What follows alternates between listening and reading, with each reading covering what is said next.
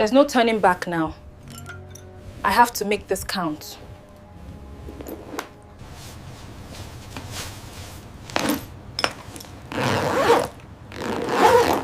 She bought a plane ticket to Dubai to escape poverty, but the luxury came with a price tag written in viral, unforgivable shame. Just when she thought love had saved her, her darkest secret crashed the wedding and demanded her life as payment. The room smelled faintly of perfume and cheap aspiration, a chaotic blend of authentic scent bought on a brief, reckless layover and the aggressive sweetness of locally produced body spray. This constant, low-level thrum of the struggling city outside was the sound of a dream dying slowly, replaced by the sharp, immediate, existential need for survival. Amma was leaving not because she wanted to travel, but because she had no other choice. She was bankrupt in hope. She packed with surgical precision. The clothes were armor, currency in a city where visibility was power, and power was the only way to climb out of the generational quicksand of poverty. Every sequin, every perfect fold of silk, every high heel, was designed to project an image, flawless, desirable, untouchable. She had spent years perfecting this facade, convinced that beauty was the most valuable commodity she possessed, and she was now ready to trade it on the highest possible market. She leaned close to the glass, searching her reflection for any crack in the armor, any sign of the paralyzing fear that was eating her alive. She saw the Slay Queen persona staring back, a perfect, cold machine ready for deployment.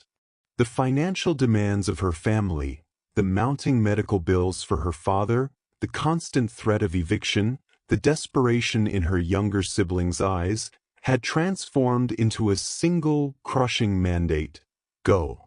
This is it. Dubai, new life, new rules. The old rules tried to bury us. These rules will free us. The cold excitement that surged through her veins was addictive. She was talking herself past the point of no return. Nobody knows me there. Nobody can judge the choices I made here. And nobody will know the choices I am about to make there. The last piece of her past, a small, leather-bound Bible, was buried deep beneath a pair of impractical stilettos, a silent, sickening acknowledgement of the compromise. Amma, my daughter, are you sure about this? Dubai is far. The people there, they don't play with little children. You are going with strangers, selling a dream you don't fully understand. The sound seals the decision, the silence between them thick with the unsaid truth. I know exactly what I want, Mama. This is my chance. I can finally be free. And you will be free too. No more worrying about the rent. No more counting pennies for the hospital. I am doing this for us. It's a job in high-end sales. Just trust your daughter. The lie tasted like ash, but it bought her mother peace, and that was the last small act of morality she could afford. She was sacrificing her immediate conscience for her family's long-term security. The desperation was greater than her fear of hell. She grabbed her passport, a thin booklet that contained the key to her downfall, and walked past her mother, avoiding the final, terrible plea in her eyes. The choice was made. The price was yet to be named.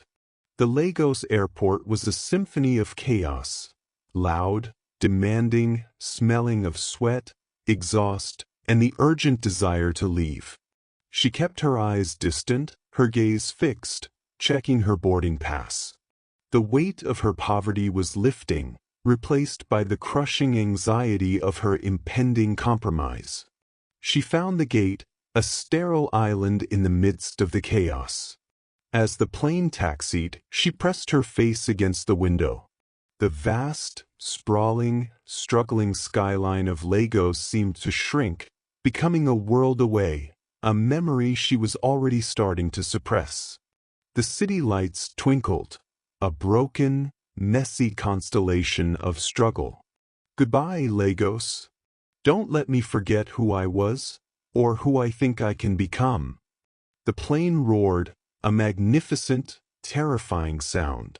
On board, in the cocoon of business class, she sank into her plush seat, the artificial comfort only highlighting her inner turmoil.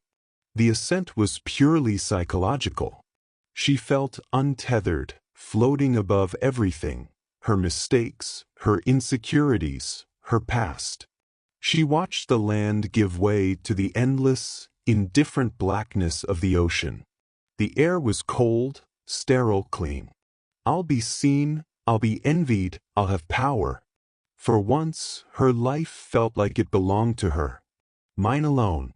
She was traveling to a new orbit, shedding the gravity of her old world, preparing for the zero-G morality of her destination. She knew, deep down, that she was flying toward an abyss that would swallow her whole. The golden lie she had told herself was the only oxygen she had left. Dubai welcomed her with its immaculate airport, shimmering floors, and towering glass walls reflecting a city that promised freedom and excess in equal, overwhelming measure. The air was dry, cold, and impersonal. Dubai did not offer escape, it offered replacement. It replaced the humid struggle of Lagos with sterile, engineered perfection. It replaced the worry of poverty with the thrill of spending. She was met by Zaki, her handler, a man whose eyes were constantly flicking, calculating, confirming his transaction. He moved with the quiet confidence of those who traffic in secrets. He spoke only in numbers, schedules, and expectations. The silent transaction in the Bentley cemented her fate. She was no longer a traveler, she was a commodity. Her hotel suite was breathtaking, a panoramic view from the 60th floor, gold and white marble accents, minimalist and utterly cold. Her first week was a whirlwind, a blur of noise and adrenaline. The sheer luxury felt unreal, a beautifully designed set for a dangerous play. Nights were filled with music that shook the bones, champagne that blurred the edges of guilt, and the intense, fleeting attention of strangers who understood her purpose. She was noticed, desired, and consumed. And the price of her continued desirability was novelty. The requests began small, quickly escalating into the strange, the debased, the specifically humiliating. Amma learned fast. To keep the faucet of money open, she had to stop feeling. She had to detach, to perform, to become the slay queen the internet demanded. She found herself flirting recklessly, introduced to the bizarre pets kept by the elite for entertainment. She laughed, a brittle, too loud laugh, took selfies, and posted them online with glib, reckless captions. This was the moment she crossed the point of no return. She was no longer a victim of her circumstance. She was an active participant in her own destruction. She saw her actions as a form of powerful mockery. I am using your depravity to fund my decency. But the cold, hard reality was that she was losing herself, piece by terrible piece. She was becoming the mask. Look at me, untouchable, unstoppable, invincible. Nobody can touch me here. This is my choice. My power. The voice was defensive, brittle. She kept her eyes focused on the bank balance, trying to silence the scream of her conscience, which was now just a muffled, defeated whisper. The moment was instantaneous, silent, and final. Amma was performing the specific horrifying act required of her, the one involving the exotic animal and the demand for ultimate humiliation. And then a tiny, brutal flash. The golden rule, discretion, had been irrevocably broken. Amma returned to her hotel suite, the air electric with dread. She woke hours later to a phone vibrating frantically. The screen exploded with a barrage of shame. Social media feeds were screaming the truth. No, this can't be happening. It can't be real. They promised discretion. They promised privacy. Zaki promised. Her meticulously curated image was unraveling in an instant. The money she had risked everything for was suddenly poisoned, toxic, burning a hole through her bank account. Her privacy was gone, replaced by a permanent, digital mark of Cain. The city she thought she had conquered was now her relentless judge. She stumbled out onto the balcony, the marble cold beneath her bare feet. The glittering Dubai skyline looks mocking and indifferent. She saw herself through others' eyes, not as glamorous, not as enviable, but as reckless, exposed, and fundamentally broken. The shame was a visceral, suffocating thing. Tears slid down her face, cutting paths through the makeup. She was consumed by pure, agonizing regret. Was it all worth it? This money, this emptiness, this shame? I can't go back. I can't stay here. I'm nobody. I'm only that video. The power was gone. The money was a toxic consolation prize. She was consumed by a profound, agonizing loneliness, realizing that the dream of Dubai was merely a beautifully designed mechanism for manufacturing disposable shame. She was disposable. The shame was permanent. She had to leave, not to escape poverty this time, but to escape fame. She spent 2 days in hiding, before Zaki arranged her discreet flight home. Seeking a desperate reprieve from the humiliation, she entered a small, quiet cafe, dressing in plain clothes.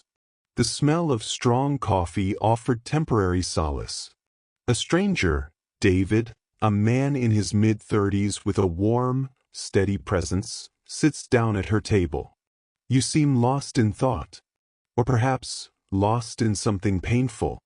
You seem different. Are you okay? She flinched, shocked by the sincerity. I'm trying to fix things I can't undo. Trying to leave here without taking the worst parts of it with me. For the first time in weeks, she felt seen, not as a scandal, but as a human being struggling under a heavy load. His simple kindness was a profound shock, an unexpected lifeline of decency. It ignited a fragile, tiny spark of hope that she could somehow rebuild. That evening, back in her hotel room, now packed and waiting for the discreet flight home, she sat with a journal and a pen. I won't be defined by my mistakes. I refuse to be defined by a 3-second clip. I will be defined by the effort I make to be better. I'll try not to be. She closed the journal, staring out at the city that had promised freedom and delivered peril in equal measure. The journey home was not a return to safety. It was the start of the next, more agonizing fight. The fight for redemption against the relentless memory of the internet. The morning sun in Dubai was cruelly, blindingly bright. It was not the gentle, humid dawn of Lagos, offering life and struggle. It was a harsh, unrelenting glare, a powerful spotlight reflecting off polished glass towers and the perfectly manicured, sterile streets below. The air in the penthouse suite felt cold, despite the intense sunlight, sterilized by the continuous hum of the air conditioner, a mechanical indifference that mirrored her predicament.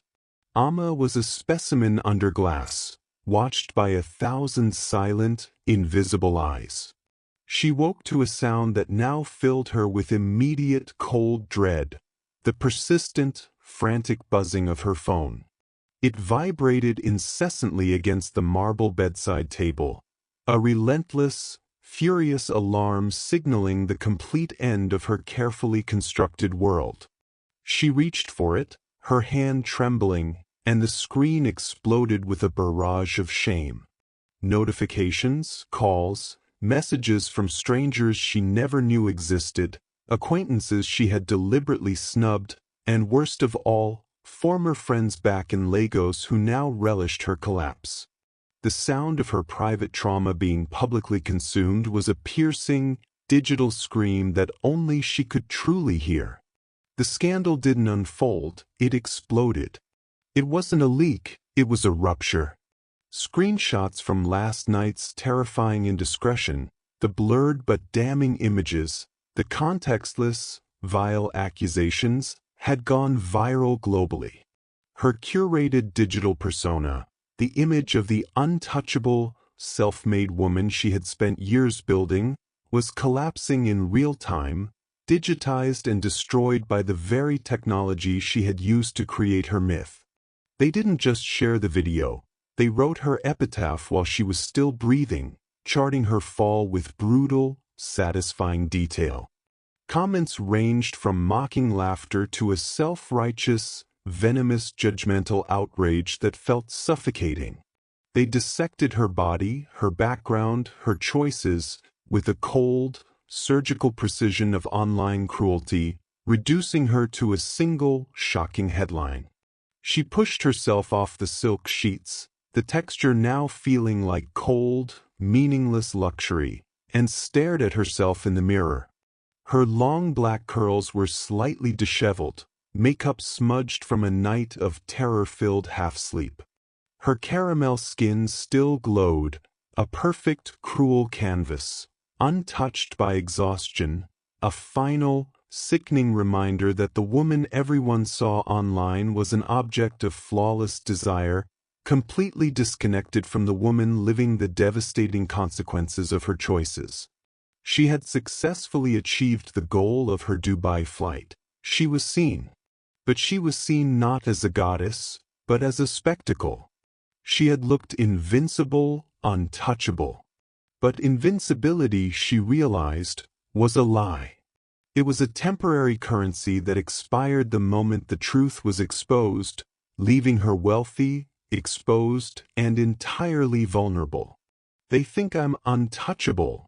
They think this is entertainment, the voice screamed in her head. But I'm terrified. Terrified and utterly, profoundly alone. Every luxury surrounding me, the gold, the marble, the view, is just the scenery for my execution. I am a captive in a gilded cage, and the key is held by strangers who hate me. The phone continued its frantic buzzing, a swarm of digital hornets stinging her pride. She needed air, distraction, anything to escape the cold, relentless blue light of the screen. She tried to leave the hotel, pulling on her most expensive clothes, attempting to rebuild the facade, brick by painful brick. But the security of anonymity was gone. The simple elevator ride felt like a terrifying trap. She avoided the eyes of the other high rollers, trying to disappear into the polished chrome reflection. But everywhere she went, her phone buzzed with relentless notifications of shame, new screenshots, new whispers echoing the judgment. The hotel staff, usually obsequious and discreet, now looked at her differently, with quiet, knowing curiosity. Her shame was palpable, a scent clinging to the expensive air. Her reputation here was the true velvet rope, and hers had just been violently snatched away. By noon, the humiliation was unbearable. She retreated to the rooftop pool, a perfect, turquoise rectangle set against the impossible height of the skyscrapers. She sank into the cool, chlorinated water, submerging herself completely, trying to make herself invisible, to wash the shame from her pores. But there was no escape. The images were everywhere, permanently etched into the memory of the global internet. The city that promised anonymity had betrayed her, using her own ambition against her. In that betrayal, she felt a hollow, aching loneliness, a profound isolation sharper than any she had felt before. I did this for freedom, but I bought slavery instead. I bought a public ownership that transcends geography. In Lagos, I was poor and invisible. Here, I am wealthy and universally despised. Which is worse?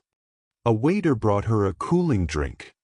He noticed the tears that blurred the perfect surface of the water in her eyes and offered a single gentle nod, a silent acknowledgement of her human pain.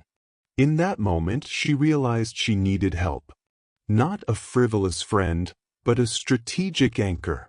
Later that evening, driven out of her suite by the terror, she wandered down to a quiet, dimly lit corner of the hotel lounge. There she encountered Kalu. He was sitting alone, mid-30s, immaculately dressed in a simple, well-tailored suit, success achieved quietly without ostentation. His dark eyes held a vast, unreadable depth. They saw her, the ravaged woman beneath the expensive clothes. He slid a glass of water across the table, a silent, non-judgmental offering of basic necessity. "I can help. Not with your mistakes, those are yours to carry. But with surviving them. You can't erase what's done. But you can navigate what's left. And right now, you are navigating directly toward total collapse." Amma flinched, suspicion flaring through her despair. "Why would you help me? You don't even know me. Are you one of them?" Kalu smiled faintly. "I am none of them.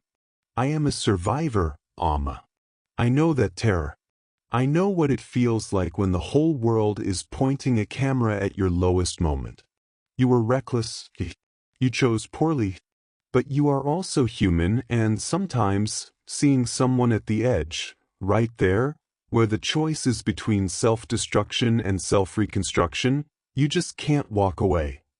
He revealed his past, a former financier who had faced his own public ruin. He spoke not with pity, but with detached, clinical strategy. Kalu didn't offer comfort. He offered rules. Abandon the phone. Discretion is now the only wealth you possess, and survival is a full-time job.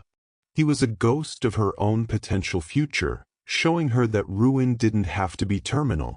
That night, she slept without nightmares. The scandal was roaring, but Kalu had given her a single, actionable instruction: breathe. The strategy session gave her focus, an intellectual anchor against the emotional maelstrom. Days passed, each heavier than the last, measured in the continuous surge of global contempt. Kalu arranged her exit strategy, a quiet, low-profile departure back to Lagos, abandoning her expensive suite for a small, temporary apartment downtown. He insisted on a final, definitive break from the city of her downfall. Before she left Dubai, Kalu introduced her to another ally, Zina. Zina was the true mentor, the product of the wreckage. She looked at Amma with the fierce, non-judgmental gaze of a surgeon. She knew the map of shame by heart. Zina taught Amma the real rules of surviving digital disgrace, compartmentalization and rebranding. Zina offered cold, brutal truth. "Listen to me, Amma. You bought a golden ticket and you made a mistake. A massive, horrific mistake. But the world, will only let you be one thing: the girl who slept with dogs. Your job now is to prove, day by day, that you are more than their judgment. You can't undo the past, but you can survive it. And surviving is enough for now. You must become boring. You must become charitable. You must become invisible." Zina taught her how to navigate the fallout, how to issue a careful, non-apology that accepted fault without admitting to the most salacious details, how to redirect the energy toward philanthropic work, and most importantly, how to change her name, her circle, and her digital footprint entirely. Amma absorbed Zina's lessons like a drowning person absorbing air.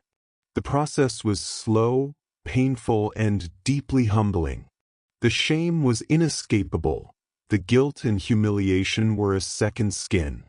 She had sought thrill and indulgence, and now she had to trade them for humility and diligence. She was reduced to a student of survival, learning how to be discreet, humble, and patient. She was leaving Dubai, but she was taking the scandal with her, a heavy, invisible piece of luggage. Amma returned to Lagos a shadow. She slipped back into the city not with fanfare, but with the quiet, desperate anonymity of a fugitive, changing her name to Aisha, a deliberate attempt to create a new, unblemished identity. She sold off her remaining flashy clothes, shedding the accessories, cutting her luxurious black curls. The poisoned, but substantial, money bought her a small, comfortable, anonymous apartment far from the gossip circuits. She began the long, agonizing, meticulous work of self-reclamation. She plunged into volunteer work, seeking atonement in sheer exhaustion. She enrolled in legitimate business courses, using her sharp mind for ethical ventures. She cut off every single contact from her Dubai life, deleting numbers, creating a digital wall around her new existence. She was determined to kill the slay queen persona and bury the ghost of Amma forever. She learned to cook, to pray, to smile softly. She performed the role of the virtuous, redeemed woman so perfectly, she started to believe it herself. Aisha's efforts to change were relentless, almost obsessive.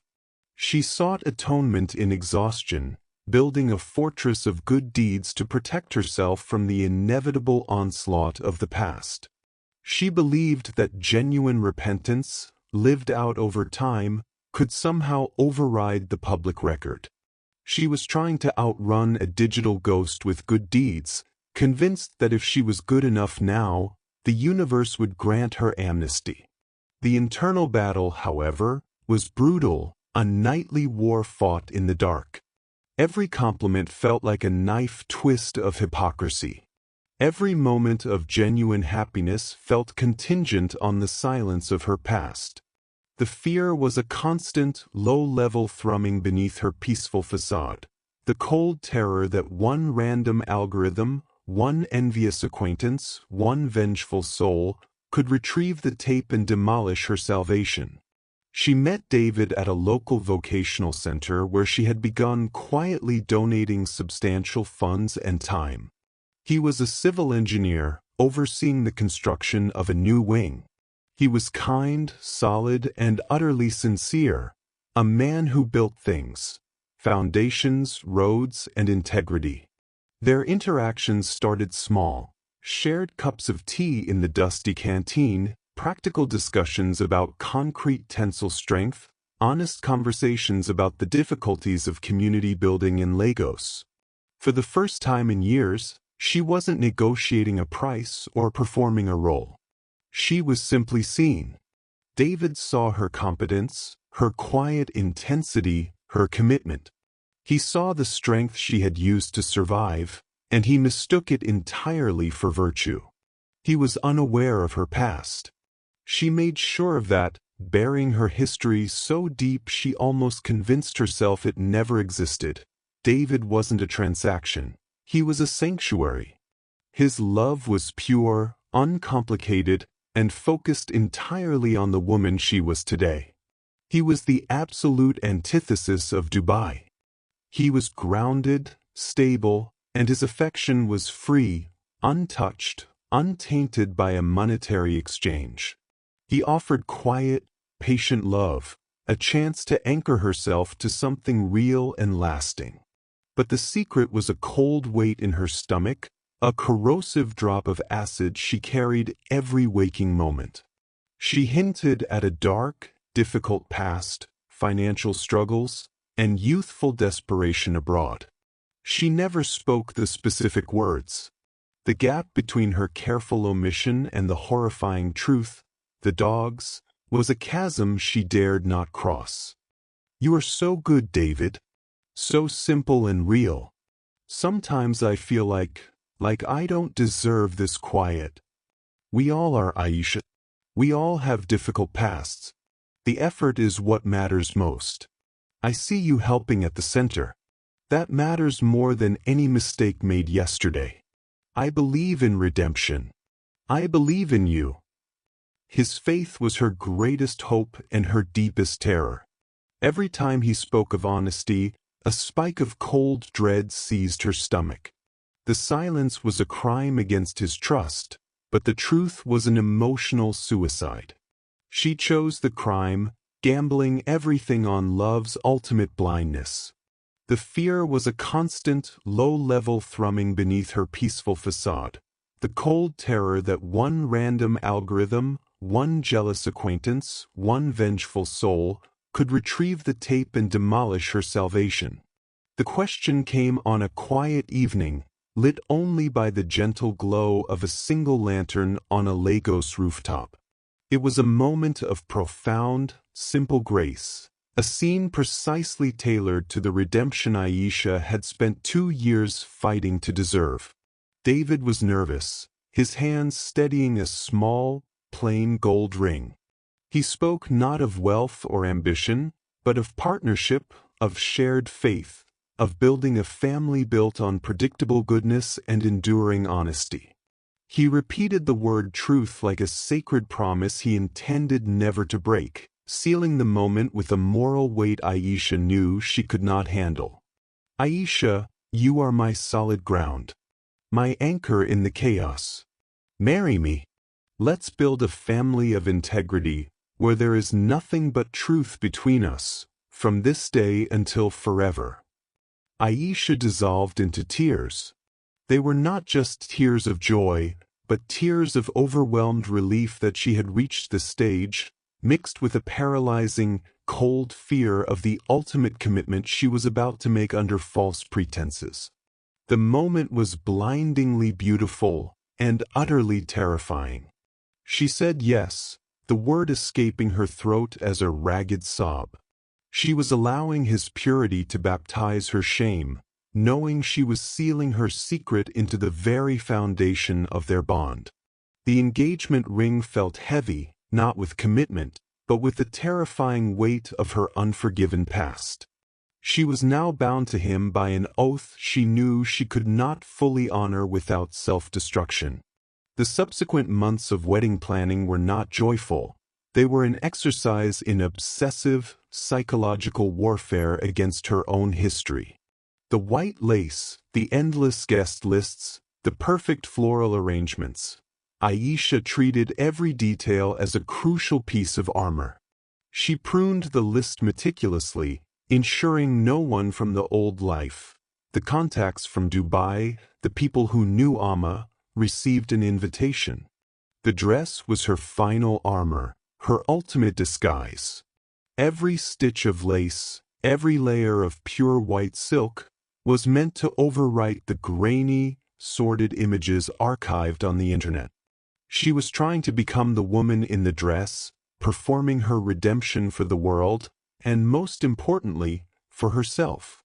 This was her final, desperate gamble on forgiveness.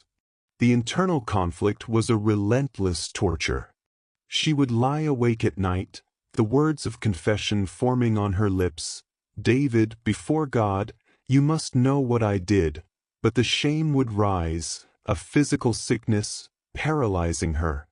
She knew that to speak the truth was to destroy him, to obliterate the innocent world he had built for them both. The silence felt like a crime against his trust, but the truth was an emotional suicide for her. She chose the crime, gambling everything on love's ultimate blindness. She believed the nightmare was over.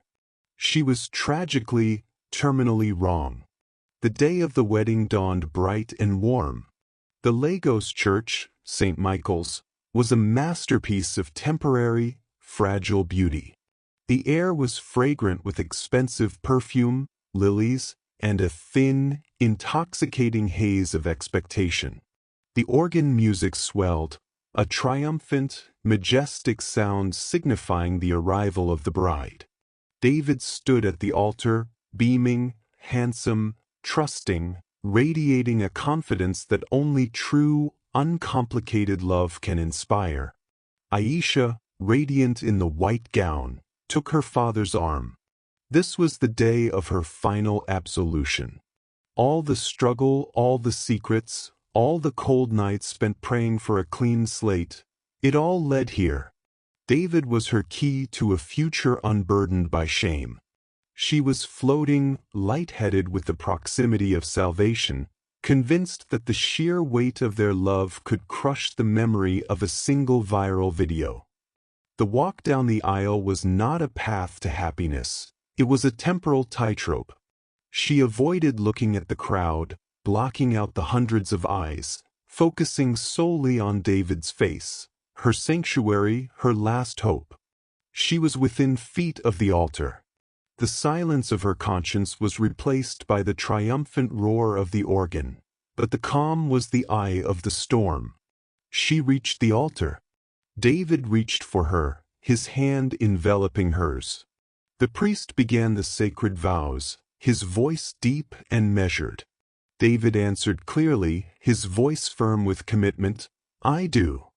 The priest turned to Aisha. She took a deep breath, ready to speak the word that will seal her future, to speak the word that would finally make her safe. "Aisha, do you take David to be your lawfully wedded husband, to have and to hold?" Bam! The heavy wooden doors at the back of the church were violently shoved open, slamming against the stone wall. The sound was too violent, too profane for the hallowed space. It felt like an explosion. Every head turned. The organist paused, mid-chord, leaving an agonizing, expectant silence. A woman stood in the doorway, loud, harsh, dressed in a cheap, aggressively bright, red dress, a grotesque, loud intrusion on the white sanctity. She walked with a cruel, swaggering purpose, rushing halfway down the aisle, her heels clicking like gunshots on the marble. She raised her phone high, an executioner's tool, illuminated by the bright sun pouring through the doorway. "Stop the wedding! David, do you even know who you're marrying? Do you know what she did in Dubai?" The dogs! A collective, horrific gasp ripped through the church. The sound was visceral. Phones clicked on, recording the final moments of the tragedy. The Slay Queen is back in town. The Dubai special. You can't hide forever, Amma. Your name is poison. He deserves to know who he's marrying. She played the video. Grainy, blurred, but unmistakable. Amma's face. The specific, degrading scene. The dogs. The infamy. The past was not buried. It was archived, waiting for the perfect moment of maximum destruction. The world's gaze shifted from admiration to total, public, unforgiving disgust. In one catastrophic heartbeat, the perfect life she had constructed came crashing down. The shame was a physical, paralyzing force, crushing the air from her lungs. She saw David's face changing from love to a terrible, profound realization of betrayal. David stared at the phone, then at Aisha, then back at the screen, his face a horrifying mask of total shock and visceral betrayal. The man he thought he knew was suddenly a phantom, replaced by a notorious, digital monster. He pulled his hand away from hers as if her skin were molten. He took a staggering, unsteady step back, the distance growing vast. "Tell me it's not true. Just tell me that's a lie, Aisha. Tell me it's not you. Please. I need the truth now." Aisha collapsed to her knees, the white silk pooling around her, a ruined, muddy shroud. Tears streamed down her face, mixing with the pristine makeup. "It's true, David. The video is real. But it's not me now. I changed. I found God, I found you. That girl is dead. Please forgive the ghost. Love the woman I became. Don't let a video destroy everything real."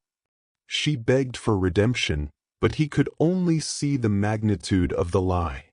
She had withheld the unforgivable truth, and in doing so, she had poisoned their entire foundation. She had humiliated him publicly, turning his most sacred moment into a viral spectacle. "You didn't change, Aisha. You concealed. You knew the truth and you stood here, planning to live a lie with me. You didn't trust me with your worst truth. You humiliated me in my own church.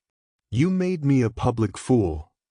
David reached into his pocket, gripping the gold wedding band. He looked at it, and his eyes hardened into cold, final resolve. He opened his fingers. The heavy gold ring dropped to the marble floor with a small, desolate clink, the sound of their entire future collapsing. Turned. He walked away, down the aisle, past the horrified, judging faces, out of the church and out of her life. A decisive, simple action that carried the weight of irreversible finality. In one instant, her meticulously constructed world crumbled. Love, respect, and hope vanished together, swept away by the toxic tide of public shame. David's departure was the ultimate, final judgment of her character. Amma was left kneeling at the altar, abandoned by her groom, her faith, and her desperate attempt at a clean slate. The ghost she tried to bury had risen and stolen her life, leaving her with nothing but the unbearable weight of her ruined dress and the cold, echoing sound of a dropped gold ring. She didn't wait for the murmurs to subside. Driven by a primal, desperate need for escape, Aisha scrambled to her feet, gathering the heavy, trailing silk of her gown. She ran. Out of the venue, past the horrified, judging faces, out into the Lagos night. She was barefoot.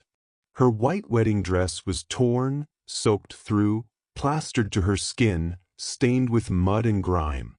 Mascara streamed down her face. She was a walking, desolate spectacle. She had run so fast, so far, chasing the dream of purity. Now she was running nowhere.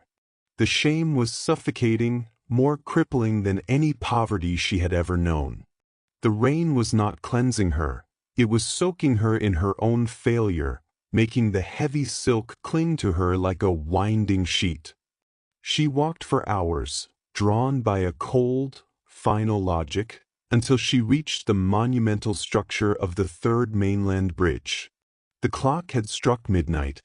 The wind howled, a deep, lonely sound. She stopped at the edge, the barrier low and tempting, clutching the wedding bouquet, now a mass of soaked, wilted, muddy white lilies and roses, a drowned symbol of her failed future. She looked down at the black water, vast, endless, and silent. It promised a final, deep quiet that the relentless noise of her life had always denied her. The overwhelming realization was that she was permanently defined by her lowest point. Her future was permanently tethered to her past. The world had rendered its final, unforgiving verdict. A final, single tear, heavy with the weight of her entire ruined existence, tracked a path through the grime on her cheek. She whispered the only words she had left, a plea to herself, a confession to the wind, a final, defeated apology. I really tried. She released the bouquet. It floated briefly, a small, white promise, before gravity claimed it. It hit the dark water below with a barely audible plop. She closed her eyes. She released the tension in her body. She stepped forward, over the barrier, into the waiting void. They found her the next morning. Her story became the perpetual warning that some mistakes are unforgivable, especially when digitized. That some lights, once lost to desperation and shame, never shine again. Her story became a caution, a brutal, final reminder that some choices leave no second chances, and that the only thing more powerful than love is the relentless, unforgiving memory of the world. And the silence that swallowed her in the dark waters, the terrible quiet that ended her frantic chase for salvation, remains the final, most devastating sound of all.